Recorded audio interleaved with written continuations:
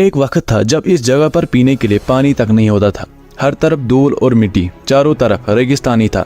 आज की डेट में ये एक ऐसी जगह बन गई है जिसने दुनिया भर के मुल्कों को पीछे छोड़ दिया है।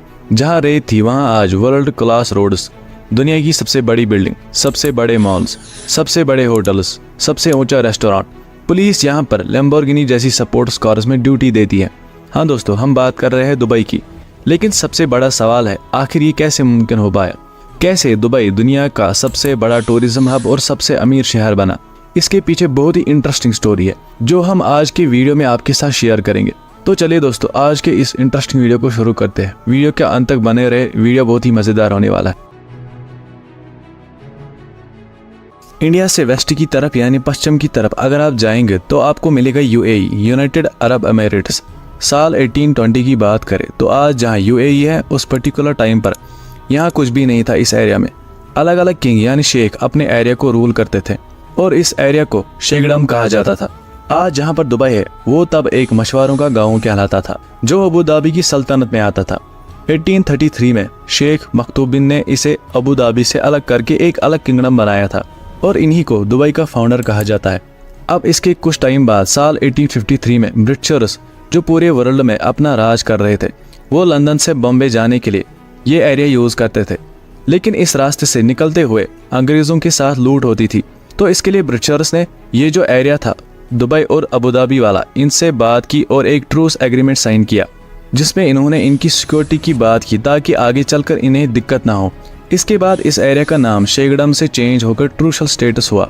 आगे चलकर इस एरिया में जब रशिया और फ्रांस का इन्वॉल्वमेंट होने लगा तो इन ट्रूशल स्टेटमेंट्स को ब्रिटिशर्स की आर्मी ने सिक्योरिटी दी। लेकिन ब्रिटिशर्स ने कुछ भी डेवलपमेंट नहीं की इस एरिया में क्योंकि ये उनके लिए एक सिर्फ क्रॉसिंग पॉइंट था। इस टाइम पर दुबई का जो ये एरिया था वो फिशिंग से बढ़ के पर्ल बिजनेस के लिए फेमस हुआ था। दुबई की असली किस्मत चेंज हुई 1958 में जब शेख राशिद बिन सईद दुबई के रूलर बने और इन्होंने दुबई को एक गांव से एक चमकता शहर बना दिया। 1959 में ये यूरोप जाते हैं और वहाँ के इंफ्रास्ट्रक्चर से ये बहुत ही इम्प्रेस होते हैं और उन्होंने वहाँ से आते ही ये डिसाइड किया कि वो दुबई को एक ट्रेडिंग, ट्रांसपोर्ट और फाइनेंस का हब बनाएंगे जो दुनिया भर में मशहूर होगा। दुबई पर्शियन गल्फ में है जो ईरान, इराक, कुवैत, सऊदी और कतर के बीच में है। साथ में ये रूट एशिया, अफ्रीका और यूरोप को भी कनेक्ट करता है। दुबई की लोकेशन बहुत ही स्ट्रेटेजिक लोकेशन थी। इस चीज को ध्यान में रख के शेख राशिद ने, जो इनके पास नेचुरल दुबई क्री यानी कि खाड़ी थी जिसमें छोटी छोटी नाव तो आती थी लेकिन बड़े शिप्स नहीं आ पाते थे, शेख राशिद ने इसको और गहरा करवाया और चौड़ा करवाया ताकि बड़े शिप्स भी आ सके। इसके लिए राशिद ने बहुत सारा पैसे इस पे खर्च कर दिए और इसको बहुत सुनना भी पड़ा। लेकिन बाद में ये प्लान बहुत ही बड़ा सक्सेसफुल साबित हुआ और दुबई में बहुत ही बड़े बड़े शिप्स आने लगे। शेख राशिद यहाँ पर भी नहीं रुके, इन्होंने एयरपोर्ट बनवाया, इंफ्रास्ट्रक्चर पर बहुत सारा पैसा खर्च किया और इन सब में पैसे पानी की तरह खर्च हो रहे थे। अब इनकी किस्मत का साथ देता है ऑयल। 1966 में दुबई में ऑयल निकलता है लेकिन काफी कम मात्रा में as compare to neighbouring countries. लेकिन यहाँ पर राशिद ने दिमाग लड़ाया क्योंकि उसको पता था ऑयल ज्यादा देर तक नहीं रहने वाला, इसलिए वो ऑयल पर ज्यादा डिपेंडेंसी नहीं रखना चाहते थे। देखिए, जब भी शिप्स एक जगह से दूसरी जगह जाते हैं तो फ्यूल फिलिंग के लिए, ये लोडिंग अनलोडिंग के लिए इनको पोर्ट्स की जरूरत पड़ती है और दुबई एक ऐसी पर्टिकुलर लोकेशन पर था जहां से बहुत सारी शिप्स को आना जाना था। शेख राशिद ने इस चीज की इम्पोर्टेंस को उसी वक्त समझ लिया था और पोर्ट राशिद बनवाया। इस वजह से वहां पर शिप्स रुकने लगी और जब शिप्स रुकती है वहां पर बहुत ही बड़े लेवल पर कमर्शियल एक्टिविटी भी होती है। पोर्ट राशिद को 1972 में बनवाया गया था और उसकी सक्सेस को देखकर 1979 में और एक पोर्ट जबल अली बनाया गया। आज के डेट में भी ये मिडल ईस्ट का सबसे बड़ा पोर्ट है और ऐसे टाइम पे जब सारे पोर्ट्स रेडी थे दुबई में, शिप्स आ रहे थे, तो पोर्ट पे पैसे बढ़ाने के बजाय शेख राशिद ने अनाउंसमेंट कर दी कि दुबई का पोर्ट जबल अली कमर्शियल फ्री जोन है। मतलब जो भी इस एरिया से शिप्स गुजरेंगे उनको टैक्स नहीं देना होगा। उस पूरे एरिया को टैक्स फ्री कर दिया गया जिससे इंपोर्ट ड्यूटी, एक्सपोर्ट ड्यूटी और मैन्युफैक्चरिंग टैक्स सब माफ कर दिया गया।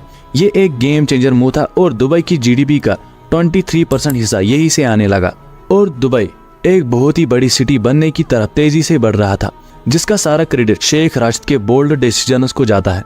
अभी तक तो दुबई उन लोगों से कमा रहा था जो शिप के जरिए आते थे, लेकिन 1990 में शेख राशिद ने ट्राई किया कि ऑल ओवर द वर्ल्ड से लोग टूरिज्म के लिए आए ताकि दुबई और प्रोग्रेस करे। 1999 में दुबई में बुर्ज अल अरब होटल बनवाया गया। ये उस वक्त दुनिया का सबसे टॉलेस्ट होटल था, जिसे एक आर्टिफिशियल आइलैंड पे बनवाया गया था। लेकिन इसी ईयर शेख राशिद की डेथ हो जाती है और उनके बेटे मोहम्मद बिन राशिद अल मखतूम किंग बनते हैं। उन्होंने अपने फादर के सपने को और तेज़ी से आगे बढ़ाया और जो ये होटल था, इसकी ओपनिंग दिसंबर 1999 में की गई। ये दुनिया का सबसे लग्जरियस और एक्सपेंसिव होटल था और only 7 star hotel. Mohammad Rashid Daniel Burnheim से काफ़ी ज़्यादा इंस्पायर्ड थे, क्योंकि इसके बाद हम देखते हैं दुबई में तेज़ी से डेवलपमेंट होने लगी। दुनिया की सबसे ऊंची इमारतें बनवाई गई, समंदर में रेत डाल के पूरी सिटी बनवाई गई। जो बाकी वर्ल्ड को इम्पॉसिबल लग रहा था, वही ये काम दुबई आसानी से कर रहा था। जब ये सारी चीज़ें बढ़ रही थी तो पानी की भी बहुत ज़रूरत थी। उसके लिए ऐसा वाटर मैनेजमेंट सिस्टम लगाया गया। इन्होंने समुद्र के पानी को ही पीने लायक बना दिया और जो पानी की प्रॉब्लम थी वो भी सॉल्व हो गई। जो पोर्ट्स थे वो टैक्स फ्री ऑलरेडी थे, लेकिन उसके साथ इन्होंने पूरी कंट्री को टैक्स फ्री कर दिया। आम जनता और बिजनेसमैन से टैक्स लेने के बजाय इन्होंने ऑयल एक्सपोर्ट्स, टूरिज्म और ट्रेड के फंड्स यूज किए, जिसकी वजह से दुनिया भर के जो रिच लोग थे उन्होंने अपने हेडक्वार्टर से लेके बिजनेस सब कुछ दुबई शिफ्ट कर दिया। दोस्तों, अब इसमें कोई भी शक नहीं है कि दुबई आज दुनिया भर में मशहूर है, लग्जरियस और रिच लाइफ से लेकर इसके इंफ्रास्ट्रक्चर जो सच में लाजवाब है। लेकिन दोस्तों, बताया जाता है जल्दी ही दुबई को इस रेस में पीछे छोड़ा जाएगा सऊदी अरबिया के द्वारा। हाँ दोस्तों, क्योंकि साल 2017 में सऊदी के प्रिंस मोहम्मद सलमान के द्वारा नियोम प्रोजेक्ट की अनाउंसमेंट की गई थी और इसको बनाने का बजट है $1 ट्रिलियन, जिसमें बहुत ही दिल दहलाने वाले प्रोजेक्ट है। आप ये वीडियो चेक कर सकते हैं हमारे चैनल पर अबाउट नियोम प्रोजेक्ट। दोस्तों, वीडियो को यही खत्म करते। वीडियो पसंद आई हो तो अपने दोस्तों के साथ भी इसे शेयर करें और चैनल को भी सब्सक्राइब जरूर करें। मिलते हैं अगले वीडियो में। Until then stay safe and be happy.